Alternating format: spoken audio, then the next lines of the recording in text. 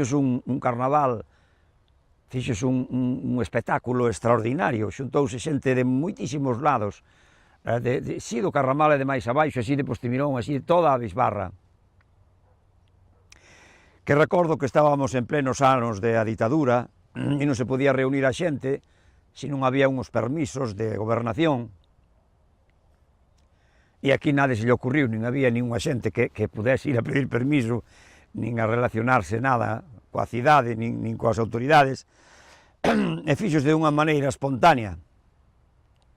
Entonces, en frente á porta de mesmo da taberna de Gumersindo, levantouse un templete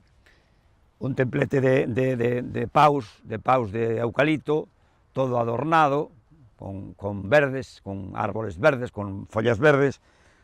e desde aí estábamos un pouco atentos a si viña a Guardia Civil, porque sempre había unha parexa da Guardia Civil que vigilaba as parroquias, que paseaba para controlar. E efectivamente, cando estábamos no mellor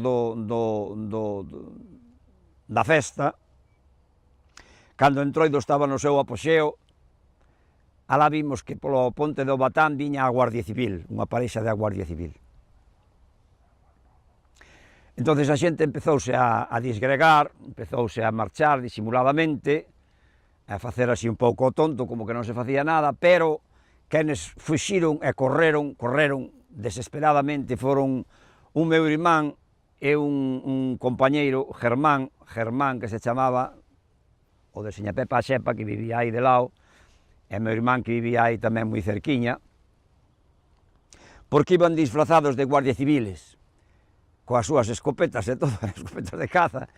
e entonces colleron tanto medo cando avisamos da Guardia Civil. Eu non sei o que pasou con Germán, pero sei que meu irmán escondeuse na casa, debían ser ás 6 ou ás 7 da tarde, e ás 11 ou ás 12, cando íbamos a cear, non estaba na casa, nin aparecía por ningún lado.